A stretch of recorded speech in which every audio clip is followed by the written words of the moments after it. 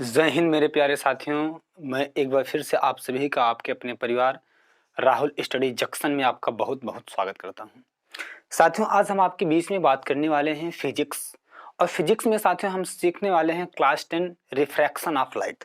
साथियों, इसके पहले मैंने सीखा था रिफ्लेक्शन ऑफ लाइट। मैं क्या कहा साथियों, आपके बीच में हम बात कर रहे हैं फिजिक्स। फिजिक्स साथियों बात कर रहे हैं कक्षा 10 की मेरे प्यारे। इसमें मेरे प्यारे में सीखने वाले क्या हैं, आज हम refraction of light. Refraction of light, इसका मतलब होता है मेरे प्यारे प्रकाश का अपवर्तन। क्या होता है साथियों? प्रकाश का अपवर्तन।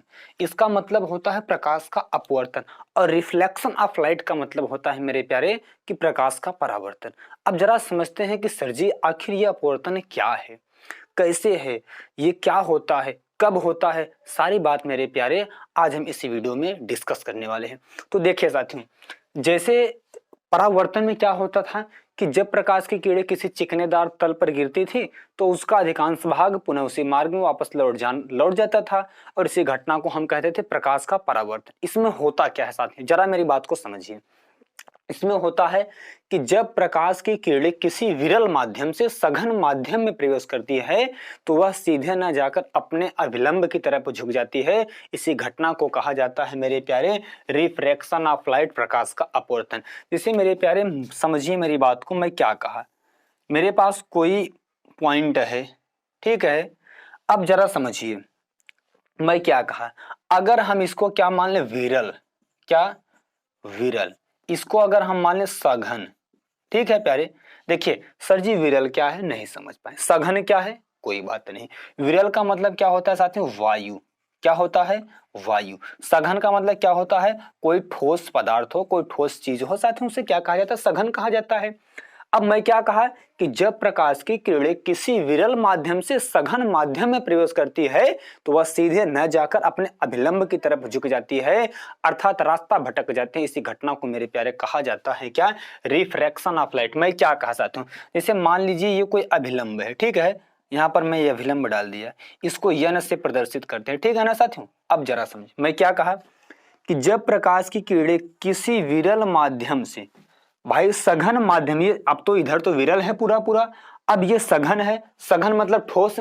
अब ठोस में जैसे पहुंचेंगी, जाना तो ऐसे था, इसको बोलो हाँ या ना प्यारे, जाना तो ऐसे था, लेकिन ये ऐसे न जाकर अपने अभिलंब की तरफ झुक जाती है, और इसी घटना को कहा जाता है मेरे प्यारे कि प्रकाश का अपवर्तन। सर जी अपवर्तन किन किन चीजों में होता है, पहले थोड़ी सी बात समझ लेते हैं, उसके बाद आपको पूरी की पूरी बात बताते हैं। ये जो प्रकाश आ रही है साथियों यहां से, और ये यहां जा रही है, इसे क्या कहते हैं, आपतित किरण। क्या कहते हैं, आपतित, आपतित किरण। ये क्या है भैया, आपतित किरण। और ये क्या है, अपवर्तित किरण। क्या है, अपवर्तित, अपवर्तित, ये अपवर्तित किरण है साथियों। अब ये साथियों क्या होगा आपका आपतन कोण, ये क्या हो जाएगा आपका आर। ये साथियों आई क्या है आपका, आपतन कोण। क्या है, आपतन कोण, ठीक है साथियों। अब आर क्या है आपका, अपवर्तन कोण है। क्या है, अपवर्तन कोण, ठीक है।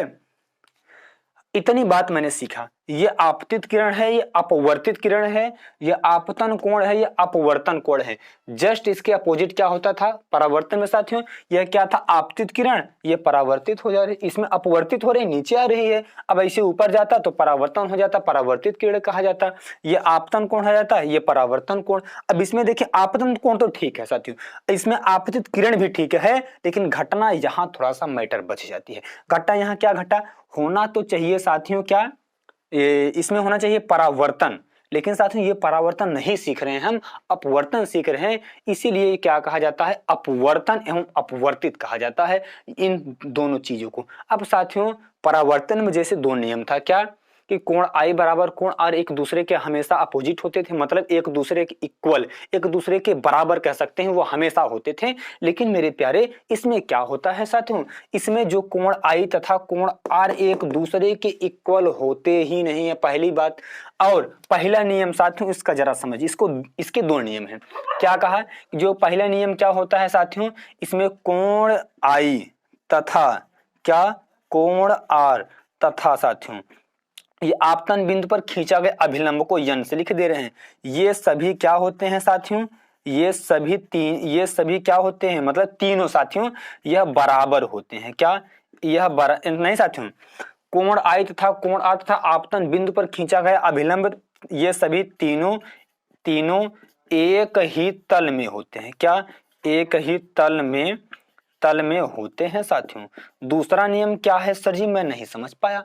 दूसरा नियम क्या होता है कि साथियों जो कोण आई तथा कोण आर क्या होता है, ये एक दूसरे के अनुपात का स्थिरांक होता है। जरा समझिए साथियों, यह क्या होता है कि यन बराबर sine i upon sine r. क्या मैंने कहा, यह कोण आई तथा कोण आर एक दूसरे के अनुपात के क्या होते हैं, स्थिरांक होते हैं। स्थिरांक कह सकते हैं जिसे हम क्या कहते हैं मेरे भैया, स्नेल का नियम कहते हैं। Sine i upon sine r, इसे स्नेल का नियम भी कहा जाता है मेरे प्यारे। इतनी बात समझ पाए। अब सर जी जरा मुझे समझा दीजिए कि आखिर जब भी अगर हमें प्रैक्टिकल करना हो तो कैसे जानेंगे। सर इतनी तो बात आप बता दिए, लेकिन अभी बात नहीं बन रहा है। चलिए देखिए साथियों, होता क्या है कि जैसे जब आप बचपन में थे, कोई ग्लास लीजिए या कोई छोटा सा बाल्टी लीजिए, कोई भी एनीवन कोई भी आप पदार्थ लीजिए, उसमें होता क्या है, उसमें जब आप थोड़ा सा पानी भरेंगे ना और पानी में एक सिक्का डालेंगे ना, तो जैसे प्रकाश उस पर पड़ेगा तो ऐसा लगता है ना कि सिक्का उठा हुआ है, और वास्तव में ऐसा होता नहीं है साथियों। यह अपवर्तन के कारण हो रहा है। प्रकाश आ रहा है लेकिन सीधे नहीं जा रहा है, मुड़ जा रहा है, रास्ता अपना भटक जा रहा है, भूल जा रहा है। इसी घटना को अपवर्तन तो कहा जाता है।